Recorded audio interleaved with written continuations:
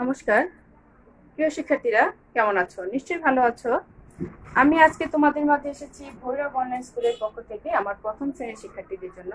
যারা আমার সঙ্গে প্রথম শ্রেণীর শিক্ষার্থীরা গণিত করো, তাদেরকে অসংখ্য ধন্যবাদ। তোমরা কোন অধ্যায়টি করছিলে বলো তো? তোমরা যোগ ও বিয়োগ অধ্যায়টি করছিলে। আমি আমার পরিচয় দিয়ে নিচ্ছি।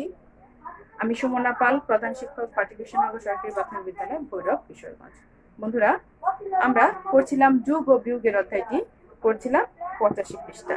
তাহলে আমরা আজকে চলো, আমরা এ পর্যন্ত এই অঙ্কগুলি শিখে ফেলেছি, তাই না? এইগুলি করেছি, আমরা এইগুলি শিখেছি। এখন এখান থেকে আমরা গত ক্লাসে 2 এবং 3 করেছিলাম। আমি তোমাদের বলেছিলাম যে পরবর্তী ক্লাসে অর্থাৎ 4 এবং 5 করিয়ে দেবো, তাই না বন্ধুরা? আমি তোমাদেরকে আজকে 4 করিয়ে দিচ্ছি। বন্ধুরা, তোমরা একটু লক্ষ্য করো, আমি তোমাদেরকে 4 করিয়ে দিচ্ছি। 4-এর প্রশ্নটি আছে, পৃষ্ঠা নাম্বার হচ্ছে তোমাদের 85। বিনা 20 টাকা দিয়ে, বিনা 20 টাকা দিয়ে, বিনা 20 টাকা দিয়ে একটি পেয়ারা, বিনা 20 টাকা দিয়ে একটি পেয়ারা, একটি পেয়ারা এবং 30 টাকা দিয়ে, এবং 30 টাকা দিয়ে, 30 টাকা দিয়ে বললো 30 টাকা দিয়ে একটি বেল কিনলো, একটি বেল কিনলো, একটি বেল কিনলো, একটি বেল কিনলো। সে মোট কত টাকা খরচ করলো? সে মোট কত টাকা, সে মোট কত টাকা খরচ করলো? তাহলে বন্ধুরা, তোমরা এই অঙ্কটি কিন্তু খুব সুন্দর করে, খুব সহজে করে করতে পারবে। তাহলে তোমরা তো পেয়ারা চিনো, পেয়ারা কিনলো, বেল কিনলো, কে কিনলো বন্ধুরা? কিনলো বিনা। 20 টাকা দিয়ে একটি পেয়ারা কিনেছে। একটি পেয়ারা কত টাকা দিয়ে কিনেছে? 20 টাকা দিয়ে। এবং 30 টাকা দিয়ে একটি বেল কিনলো। তাহলে বেল কিনেছে বন্ধুরা 30 টাকা দিয়ে। আর কি কিনেছে? আর কিনেছে পেয়ারা, কিনেছে 20 টাকা দিয়ে। তাহলে সে মোট কত টাকা খরচ করলো বলো তো? এখন কি করতে হবে? সে বেলের টাকাটা আর হচ্ছে কিসের টাকা? পেয়ারার টাকা। এই টাকাগুলি কি করতে হবে বন্ধুরা? একত্র করতে হবে। একত্র করলে কি হয়ে যাবে বন্ধুরা? আমরা মোট খরচটা পেয়ে যাব, তাই না? হ্যাঁ, আমরা মোট খরচ পাবো। তাহলে একত্র করতে হলে, একত্র কথার অর্থটা কি বলো তো বন্ধুরা? যোগ করা। কি করা বন্ধুরা? যোগ করা। চলো তবে আমরা যোগ করে ফেলি। আমরা কি লিখবো? যে পেয়ারা, পেয়ারা কত টাকা দিয়ে কিনেছে বন্ধুরা? তোমরা একটু লক্ষ্য করো তো। পেয়ারা কিনেছে 20 টাকা দিয়ে। পেয়ারা কিনেছে কত টাকা দিয়ে? 20 টাকা দিয়ে। আর কি কিনলো? বেল কিনলো। বেল কিনলো, বেল কিনলো কত টাকা দিয়ে? 30 টাকা দিয়ে। তাহলে মোট খরচ, মোট খরচ, মোট খরচ কত টাকা বন্ধুরা? চলো যোগ করে ফেলি। 0, 3 আর 2 কত টাকা? 5। তাহলে বন্ধুরা, সে 50 টাকা দিয়ে কি করলো? সে 50 টাকা দিয়ে সে কি কিনলো? সে পেয়ারা এবং বেল কিনলো বন্ধুরা। তার কত টাকা খরচ হলো? 50 টাকা। শূন্যের সাথে শূন্য যোগ করলে কি হয়? 0, 3 আর 2 এ কত হয় বন্ধুরা? 5। এই যে দেখো, 2 আর হচ্ছে 3, তাহলে কত হয়ে গেল? 1, 2, 3, 4, 5। তাহলে কত হয়ে গেল বন্ধুরা? 5 হয়ে গেল, তাই না? তার মানে মোট খরচ কত হলো?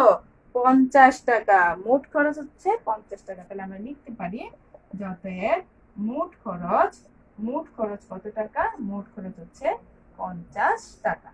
মোট খরচ হচ্ছে কত টাকা? 50 টাকা। কি খুব সহজ না? হ্যাঁ বন্ধুরা, তোমরা এভাবে খুব সহজে কিন্তু অঙ্কগুলি করে ফেলতে পারবে। তোমরা এভাবে শিখে ফেলবে বন্ধুরা। আমি তোমাদেরকে এখন আরো একটি অঙ্ক করিয়ে দেব। একটু লক্ষ্য করো তোমরা, আরো একটি অঙ্ক আমি তোমাদেরকে এখন করিয়ে দিচ্ছি। বন্ধুরা, তোমরা লক্ষ্য করো, এখানে কি আছে? এখানে আছে 5। 5-এ হাদির 40টি কাগজ আছে। তোমাদের কাছে তো কাগজ থাকে, তাই না? ঠিক তোমাদের বন্ধুর মতো একজন বন্ধুর কতটি কাগজ আছে?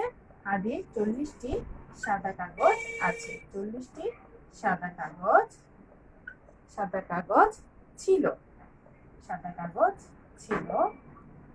পরে তার বাবা, পরে এগুলো পরে তার বাবা, পরে তার বাবা তাকে তার বাবা তাকে 7টি কাগজ দিলেন। 7টি কাগজ দিলেন। 7টি কাগজ দিলেন। এখন এখন এখন তার কয়টি কাগজ? এখন তার কয়টি কাগজ হলো? তাহলে দেখো বন্ধুরা, হাদির 40টি সাদা কাগজ ছিল, পরে তার বাবা তাকে 7টি কাগজ দিলেন, এখন তার কয়টি কাগজ হলো? তাহলে বন্ধুরা আমরা এখন কি করব বলো তো? আমরা লিখব যে হাদির কাগজ ছিল, সাদা কাগজ ছিল 40টি। হাদির কাগজ ছিল কতটি বন্ধুরা? সাদা কাগজ ছিল 40টি। তাহলে আমরা লিখব যে সাদা কাগজ কয়টি ছিল? সাদা কাগজ ছিল 40টি। কয়টি ছিল বন্ধুরা?